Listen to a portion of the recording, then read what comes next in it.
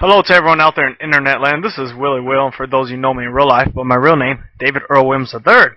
It's been a while since I've been on here, and I've been doing some research on certain topics that have been brought to my attention by people on the internet and also in real life as well. Along with that, since I've been busy with my personal life, which has not stopped me from wanting to seek the truth further, these topics I will touch on will be the lie that is the moon landing, 9/11 was an inside job, the assassination of JFK, and, well, real solutions to the problems that we're facing right now. So, stay tuned and enjoy. I'm going to step off the limb. That's one small step for man, one giant leap for mankind. Columbia, this is Houston, ALS, over. Houston, Columbia on the high gain, over. Roger, the EVA is progressing beautifully. They're setting up the flag. Hold on a second. Did I just see that right? Was that flag waving? Let's take a look at that one more time. Houston, Columbia on the high gain, over. Roger, the EVA is progressing beautifully. They're setting up the flag. What draws my interest about this part right here is, as you take a look at the beginning of the video, where the other astronaut is actually put onto the flag, but then as they try to mount it into the supposed moon surface, the flag is waving around.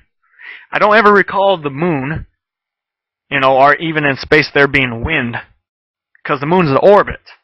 And if you look very closely, there are no stars in the background either.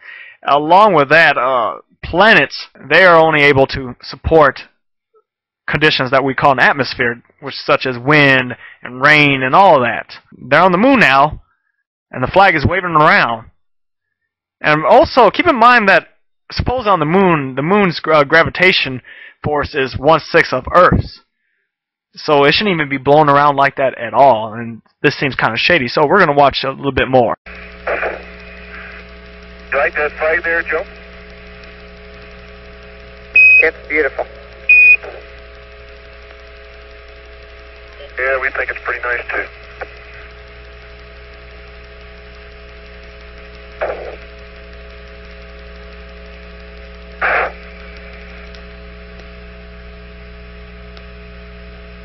Now if you look back at the Apollo 11 landing, when they were placing the flag into the supposed moon surface, you've seen that the flag was moving all over the place.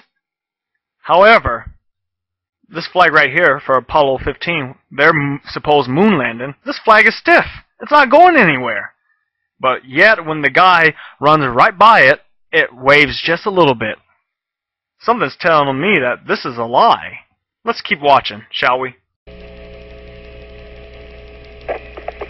Not quite yet. I haven't put the solar wind in yet, but I will shortly. I want to watch this. Joe, I have a good picture there. I've got beautiful picture, Dave. Well, in my left hand I have a feather. In my right hand a hammer. And I guess one of the reasons we got here today was because of a gentleman named Galileo a long time ago, who made a rather significant discovery about falling objects in gravity fields. And we thought that where would be a better place to confirm his findings than on the moon. And so we thought we'd try it here for you. The feather happens to be appropriately a falcon feather for our falcon. And I'll drop the two of them here, and hopefully they'll hit the ground at the same time. How about that? Now, it was proved in physics a long time ago that objects fall at the same speed. It doesn't matter how heavy they are, and a feather will fall at the same speed as a hammer. And the only reason that a feather doesn't fall at the same speed as a hammer in this room is because the resistance of the air in the room slows down the feather. If you do this experiment on the moon, they both fall together. And this piece of footage that shows this done by the camera pointing at the astronaut, dropping the hammer and the feather, and sure enough, they both fall together. And that proves immediately that this experiment was done in a vacuum. So this movie set would have to have been evacuated. It would have to be a vacuum. But more than that, the two objects fall slowly. They fall 6 times faster on the Earth because the gravity is stronger. You see them fall slowly on the moon. And so we thought we'd try it here for you. The feather happens to be appropriately a falcon feather for our falcon. And I'll drop the two of them here, and hopefully they'll hit the ground at the same time. How about that? This is also a very difficult image to fake. Well, actually, it isn't at all difficult to fake. NASA itself would repeat the very same trick, this time officially in the 1999 story From the Earth to the Moon. This time the astronaut held the hammer the other way up, so that we could see it was not the same fakery as the first time. Of course, that original demonstration by Apollo 15 doesn't in any way prove that it had taken place on the Moon. Before NASA reenacted the whole thing officially, we had already conducted our own experiment. Here we are in our London studio in 1G, complete with an atmosphere, and without the benefit of a vacuum chamber. There they go. As you can see, the feather and the hammer arrive on the ground at the same time. Now if we slow it down by the appropriate amount, lo and behold, these two items fall nice and slowly, as per a 1/6G environment. This illusion is all about calibration. Here's something else to keep in mind. Supposedly they're on the Moon, and the Moon has 1/6 of Earth's gravitation. Obviously, as you could tell, the feather and hammer would fall at a slower rate. This can be done in controlled environments as well. Now, since there's really no real gravity on the Moon, and this is in space, and the Moon is an orbit, now tell me, someone tell me, why did the hammer and the feather not float off somewhere eventually? Because you know why it didn't float off? Because they weren't on the Moon. That is why.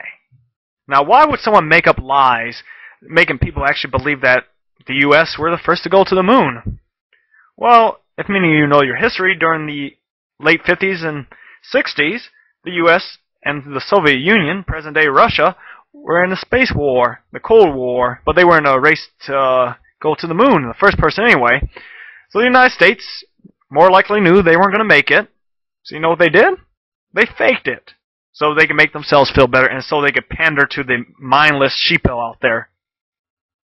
It's time for you people to wake up about this nonsense. Because you know what? The government could lie to you about something like this. They could lie to you about much, much more. And I will get onto the next topic very soon. Now I know that Mythbusters, they did a special on debunking the crazy conspiracy theorists about the fake moon landing supposedly. But you know what? Here are two things wrong with the Mythbusters claim. First of all, they're in a controlled environment, a laboratory. Secondly, they did not go to the moon to carry out their experiments. So you know what? The Mythbusters are busted. Astronauts moving in slow motion is another hallmark of the Apollo TV footage. There is no evidence at all of any astronaut making a leap or a jump anywhere near a height commensurate with 1/6G possibilities. But if they were actually simulating EVAs on Earth, they would then need help with their bulky heavyweight suits and backpacks in order to achieve the visual effect of moving around easily in lunar gravity. So enter wire supports. This is a tried and tested way of relieving weight from performers, or even flying an actor. Here's a sequence from one of our own productions. Excuse me, will I need a car? Relax, Chris. We're only making a short journey back to 1969, to the beginning of humans.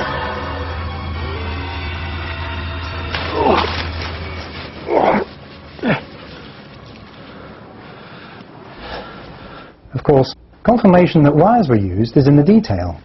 Here in this Apollo 14 footage, you can see a ping, a momentary glint. And again, run slowly.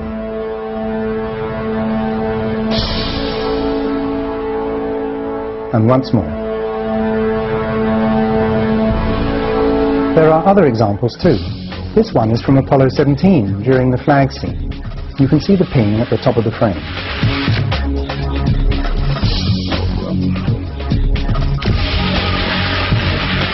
In this footage from Apollo 16, we have telltale evidence of a slightly floating or dangling effect at the jump salute location. It's as if the weight is being taken off the astronaut's feet just a second or so too soon. Compare that sequence with an obvious rehearsal rig. The dangling effect is very evident.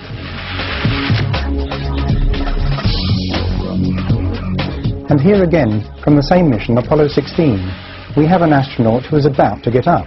Give me a hand. Okay, here we go. Let me give you a hand, he says. There goes Barry. There goes another bag. Barry. Coming. Look at it again. The astronaut is getting up with the wire taking the weight, relieving him of 5/6 of the Earth's gravity. A magic trick? No. Just the help of a wireman. This is a slow-motion jump that would have been seen live on TV. And here it is at normal speed.